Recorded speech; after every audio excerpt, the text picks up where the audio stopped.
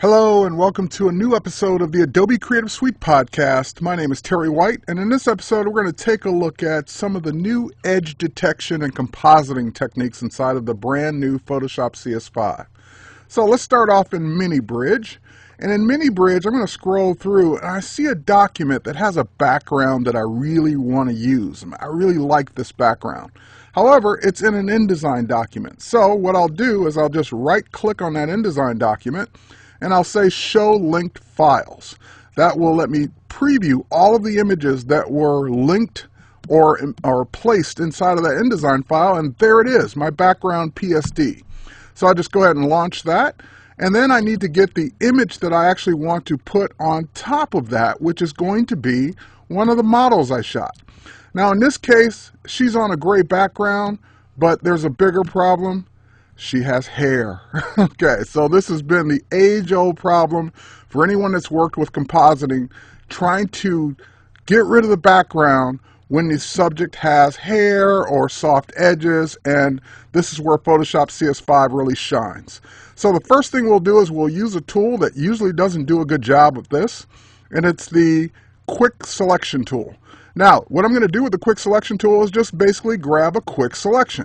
Of course, the Quick Selection tool does a great job around hard edges, but the problem is around soft edges. The minute I went too far out, it freaked out. So let's go ahead and hold down the Option or Alt key to kind of pull it back a little bit.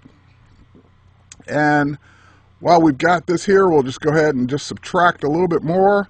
And again, it's subtracting, but it's still not doing a good job around the hair. Now I can, of course, come out a little bit more, and a little bit more there, and maybe a little bit more there, but that's pretty much the best this tool is going to do.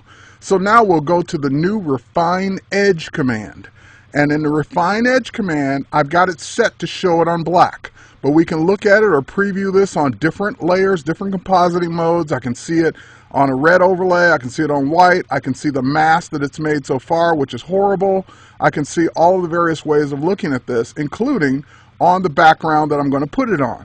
Well, obviously that looks horrible, so let's go ahead and take care of it. So now that we've seen what we're going to get so far, let's go in and check out the new edge detection inside of CS5. So I'll just go ahead and turn on the Smart Radius, and we'll just bump up the Smart Radius a little bit to be a little bit softer around the edges that are soft. This is the intelligent part about it. I've gone a little too far. Let's back up just a bit there.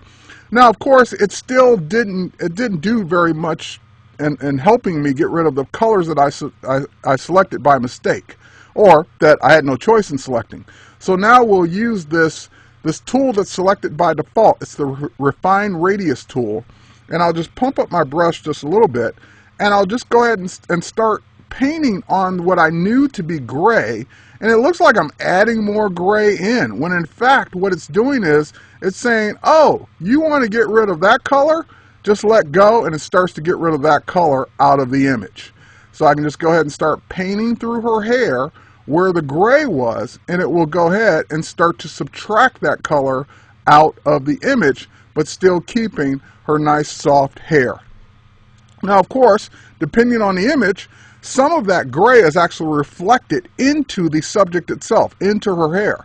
So it's only going to do so much in this painting. So what I'm going to do is go ahead and do a couple of things. I'm going to turn on the Decontaminate Colors and just bump up that slider just a bit to kind of decontaminate some of that gray out of her hair. The next thing I can do is just bump down the edge or the shift edge just a touch, and I think that's going to do it. Now you can probably still see some gray in there, but again, you're looking at it now because you remember the gray was there, and you're also looking at it on a black background. But keep in mind where this is going.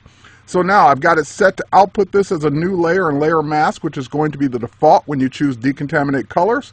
We'll just click OK now, and guess what? As soon as it outputs that layer, we're good to go.